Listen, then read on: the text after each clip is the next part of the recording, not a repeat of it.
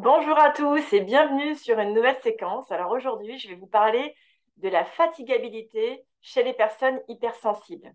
Vous savez que l'hypersensibilité, c'est un sujet qui me tient à cœur parce que je suis moi-même une personne hypersensible et je connais du coup de l'intérieur tout ce qui se passe et aussi en tant que psychologue, les mécanismes dans ce mode de vie, dans cette attitude, dans cette façon d'être, dans un monde en plus particulier. Alors, donc, ceux qui ne me connaissent pas, pour ceux qui ne me connaissent pas, pardon, je suis Marilène Danilo Alonso. Et donc, j'ai différentes spécialités en tant que psychologue et coach professionnel. Je travaille pour les particuliers et les professionnels sur des thématiques vraiment qui me tiennent beaucoup à cœur. Ce sont les relations, le travail, les émotions, la confiance en soi, et puis la performance collective durable de manière générale pour que les personnes individuellement s'épanouissent et pour qu'on puisse réussir à s'épanouir aussi tous ensemble, puisqu'il y a de la place pour tout le monde, hein. Donc, sachez aussi que je suis contactable via Doctolib. Je réalise des consultations à distance actuellement, en téléconsultation, donc où que vous soyez dans le monde.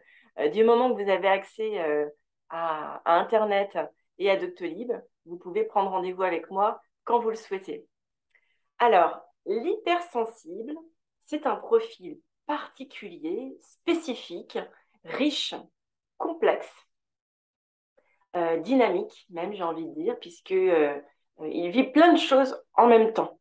Il vit dans les interactions en permanence, il vit dans les émotions tout le temps, et il vit également à l'affût de ce qui va se passer autour de lui, parce que finalement, c'est aussi une pratique qu'il a dû mettre en œuvre très tôt dans sa vie pour se protéger, pour voir venir éventuellement un danger, pour s'adapter aussi, donc survivre de façon générale, mais aussi se faire aimer, se faire accepter, s'intégrer. Donc, ce sont souvent des personnes qui compensent les autres. Ce sont souvent des personnes attentives aux autres. Ce sont souvent des personnes qui aiment facilement donner, en fait, de l'attention, du temps, des services, des conseils pour le bien-être des autres. Et qui, du coup, sont tellement, tellement tournées sur les autres qu'elles finissent par oublier un petit peu leurs propres besoins. Moi, il m'arrive dans mes accompagnements régulièrement de poser la question à la personne, quels sont tes besoins actuellement? Et généralement, au départ, c'est le blanc. C'est le blanc intersidéral. La personne a du mal à connecter en fait avec cette partie-là et surtout à le verbaliser, à le mettre en forme. Donc c'est un peu ça que je suis venue vous apporter comme contenu aujourd'hui sur cette réalité insondée, insondable, camouflée, masquée du monde des hypersensibles qui est quand même bien loin de ce que l'on voit dans les médias, en mettant ça en avant, en mettant l'hypersensibilité comme quelque chose d'extrêmement courant. Bon, moi, je pense qu'il y a plus d'hypersensibles qu'on ne le croit parce qu'il y a beaucoup de personnes qui le sont et qui ne le savent pas. Les statistiques, généralement, ça tourne entre 20% et 40% de la population, ça fait quand même pas mal de monde. Dans ma conviction personnelle, par rapport à mes observations sociales, je constate qu'il y a quand même de plus en plus de profils hypersensibles, notamment parmi les enfants, donc parmi nos adolescents. Donc ça veut dire qu'il y a des choses qui vont changer dans notre société, hein, pour un bien ou pour un mal, tout dépend ce qu'on va en faire. Euh, et puis, voilà, l'hypersensibilité, ça reste quand même une réalité, mais sans parler d'hypersensibilité pour autant, il y a des personnes qui sont sensibles, plein de personnes qui sont sensibles sans forcément être hypersensibles. Donc, les émotions, c'est pas l'apanage des hypersensibles, ça concerne tout être humain. Après, c'est une question de degré. Et qu'est-ce qui nous fait basculer entre une personne très sensible et une personne hypersensible? C'est que l'hypersensibilité, au-delà d'être sensible, c'est vraiment un modèle de fonctionnement psycho-émotionnel, neuronal, physiologique, relationnel particulier. Dans d'autres vidéos, j'en parle d'ailleurs de l'hypersensibilité et également dans mon blog que vous pouvez suivre sur l'adresse www.institut-fulgurance.com. Alors, une des caractéristiques d'une personne hypersensible, c'est sa fatigabilité, c'est-à-dire qu'elle se fatigue vite, elle se vide de son énergie, elle s'épuise, et même tout au long de la journée. Il peut arriver également que prend son petit déjeuner, 2 heures après, paf, elle est déjà épuisée. Qu'est-ce qui se passe dans ces cas-là? Eh bien, en fait, regardons en fait le fonctionnement émotionnel comme un moteur. L'émotion, en fait, c'est comme une énergie qui jaillit, qui circule en vous et qui après, soit est intériorisée, donc vers l'intérieur, soit est extériorisée vers l'extérieur. Un ton de voix plus fort, des gestes, quelqu'un qui va beaucoup bouger, ou au contraire, s'il est introverti, qui va vraiment intérioriser, rester sur place, prendre à l'intérieur. Donc il y a quand même un mouvement de cette énergie, mais qui va être dirigé différemment. Qu'est-ce qui se passe dans l'interaction sociale? Il se passe que l'hypersensible va tout de suite accrocher en fait vers l'extérieur. Ah, il voit un collègue en difficulté, il va avoir envie d'aller l'aider. Il voit qu'il y a des personnes tristes dans le métro, il va aller regarder un certain temps et finalement connecter à cette sensibilité, à cette tristesse et quelque part s'en imprégner. C'est l'effet buvard, c'est l'effet contagion émotionnelle.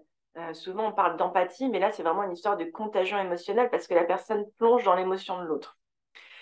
Ça coûte de l'énergie parce que du coup, toute votre attention, elle est absorbée sur ce phénomène, l'autre, ce qui se passe, son émotion, son besoin. Et c'est autant d'énergie que vous ne gardez pas pour vous.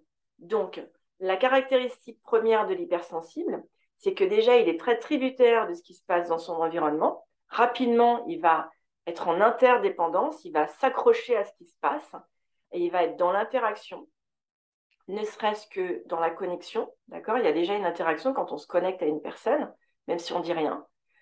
Et puis, il va être aussi finalement dans cette prise en charge, dans ce mouvement d'absorption de l'autre. Et ça coûte de l'énergie parce que ça le met en fait en action et ça lui fait non seulement perdre son énergie parce que plutôt que d'être concentré à son ancrage, à son état d'esprit, à son objectif, il va tout de suite se diviser et mettre en première ligne les besoins et la réalité de l'extérieur au détriment des siens. Donc ça génère en fait une fuite d'énergie, une perte d'énergie. C'est aussi énergivore que de poser son attention sur un phénomène plutôt négatif, la tristesse, la difficulté. C'est énergivore, ça demande vraiment de l'énergie. Moi, je le vois dans mon métier de psychologue. Je dois absolument être pleine et être forte, être solide, être ancrée tous les jours. Ça fait partie de mon métier. Parce que sinon, j'aurais vite fait de glisser, en fait, et de partir finalement dans cette fatigabilité, dans cette émotivité. Euh, et c'est ça, un des dangers, un des défis de l'hypersensible, c'est de ne pas se laisser embarquer, en fait, en permanence par rapport à ce qui se passe autour de lui. Voilà. Après, il y a des biais qui le mettent dans cette situation, notamment le biais de la prudence, de l'hyperprudence, de la vigilance, parce qu'à un moment donné, il s'est senti en danger, donc tout de suite, il va aller être à l'affût de ce qui peut se passer dans son environnement, mais ça devient des habitudes de vie qui, petit à petit, épuisent l'hypersensible. Donc, je résume, l'hypersensible a tendance à prendre en priorité ce qu'il voit, ce qui se passe autour de lui, au détriment de lui-même. L'hypersensible a tendance à vouloir rendre service, à être justement dans l'aide, la compensation de l'autre. L'hypersensible ne maîtrise pas toutes les connexions qu'il va faire.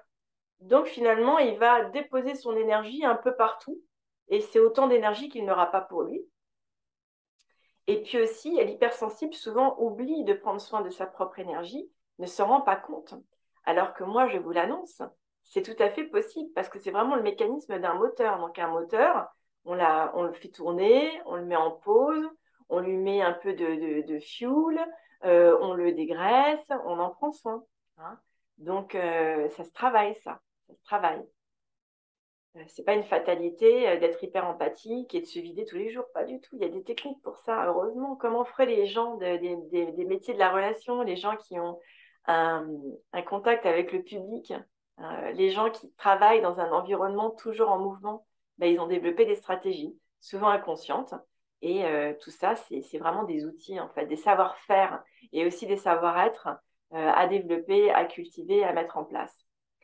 Alors, quels sont les besoins d'une personne hypersensible? Déjà, la personne hypersensible, ça, je vous l'annonce parce que c'est souvent un doute que je vois dans les personnes que j'accompagne et je trouve ça un peu dommage. L'hypersensible a besoin de calme, de temps en temps, pour se retrouver. Parce qu'il est pris complètement dans plein d'informations, plein de tempêtes, plein de choses qu'il aspire. Et donc, à un moment donné, il a tout simplement besoin de faire une pause. Donc, l'hypersensible a besoin de calme. L'hypersensible et de silence aussi. Le calme et le silence, ça va ensemble. Donc, de se mettre un petit peu en retrait pour souffler, pour se retrouver, pour se régénérer un petit peu, pour reprendre ses esprits, pour s'ancrer à nouveau. S'ancrer à nouveau. Grand sujet chez les hypersensibles, le manque d'ancrage. L'hypersensible a aussi besoin d'intimité.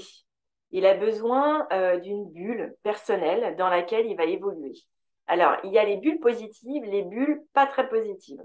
Les bulles positives, c'est un peu, on va dire, le moment refuge où la personne se retrouve, où la personne prend soin d'elle, où la personne a du plaisir finalement dans un moment très simple de la vie, comme de boire son café seul pendant quelques minutes et de pouvoir l'apprécier, le savourer. Voilà, ça typiquement, c'est quelque chose que font beaucoup de personnes, et notamment des personnes hypersensibles, de s'arrêter et d'apprécier un moment très spécifique. Euh, donc, le besoin d'intimité, c'est aussi le fait de se retrouver avec soi, avec ses propres pensées, de pouvoir élaborer des raisonnements, comprendre ce qui s'est passé la veille dans son histoire. Donc ça, plus que de l'intimité, c'est une forme d'introspection. Il a besoin d'entrer dans un dialogue avec lui-même, vous voyez. Tout ça, évidemment, ça ne peut se faire que dans le calme et dans la tranquillité. Hein. Euh, Là où c'est plus difficile, c'est déjà quand on est dans la rue, bah, tout de suite, on a tendance un petit peu à se figer, à se fermer ou à être complètement dans l'agitation.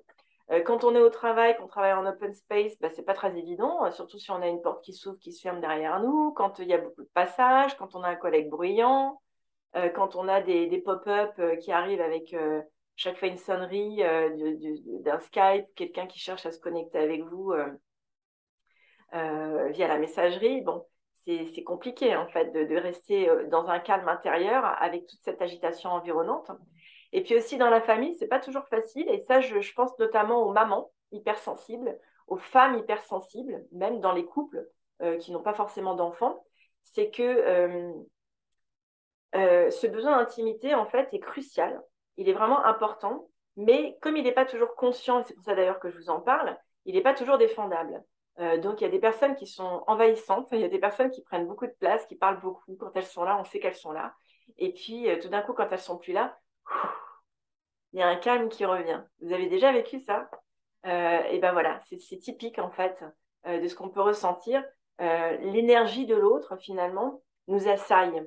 L'énergie de l'autre nous empêche d'en faire complètement abstraction. Donc, on a besoin de suffisamment de distance physique, voire d'intimité si on peut se retirer dans une pièce, si on peut euh, voilà, se retirer dans un bureau, dans une chambre, la porte fermée, pour que notre bulle mentale soit protégée, en fait, soit préservée, qu'il n'y ait pas d'intrusion. On est très sensible à l'intrusion extérieure parce qu'on est hyper stimulable. Donc, des fois, c'est une bonne volonté. Hein. Ça peut être votre enfant qui a besoin d'être tout près de vous, qui a besoin de vous raconter sa journée, qui a besoin de vous toucher, de vous coller. Et ce n'est pas toujours évident quand on a besoin justement de manière vitale de cette mise en retrait. Hein. Donc voilà ce que je voulais vous dire aujourd'hui. En tant qu'hypersensible, c'est normal que vous ayez besoin de calme, de repos, que vous ayez besoin d'intimité, de retrait. Après, tout est question d'équilibre. Il ne faut pas non plus s'isoler socialement, il ne faut pas non plus s'isoler du monde, se refermer, se replier sur soi. Mais la fatigabilité de l'hypersensibilité, c'est une réalité parce que c'est une personne qui a tendance à beaucoup donner, qui a tendance à se vider, qui n'arrive pas toujours à s'ancrer et qui peut succomber à une agitation mentale ou physique et qui peut du coup s'épuiser toute seule même. Hein. S'épuiser à ruminer, s'épuiser à se sentir insatisfaite, s'épuiser à avoir peur, s'épuiser à alimenter des pensées négatives ou alors se laisser dévorer par des personnes qui les mangent en fait, qui mangent leur énergie, qui les absorbent et qui les laissent un petit peu impuissantes Et ça, on peut le retrouver notamment dans des relations toxiques où la personne hypersensible est un peu comme une proie et se retrouve à subir une forte personnalité qui va prendre toute la place, y compris dans son intériorité, quand elle est là. Et quand elle n'est pas là, des fois aussi, parce que l'intrusivité, elle se fait aussi à distance quand une personne vous culpabilise, quand une personne essaye de vous maîtriser, de vous mettre sous son contrôle. Naturellement, vous y pensez parce que vous avez peur de commettre un impair, de générer un conflit. Et ça fait partie de la charge mentale, plus, de la charge émotionnelle qui va avec et qui est vraiment un puissant fond en termes de perte énergétique. Voilà, donc n'hésitez pas à revoir cette vidéo parce que je vous ai dit beaucoup de choses en un minimum de temps. J'essaye de vous faire des vidéos de plus en plus courtes quand même, mais qui apportent quand même suffisamment de contenu parce que le but, c'est pas de vous faire un flash pub, c'est de vous aider à cheminer dans votre vie. Et donc, pensez également à mettre un j'aime, pensez à vous abonner à ma chaîne. Et si vous avez besoin d'être accompagné de manière ponctuelle ou durable, n'hésitez pas à me contacter. Vous pouvez prendre rendez-vous avec moi sur Doctolib à Marilène Danino Alonso. À très bientôt.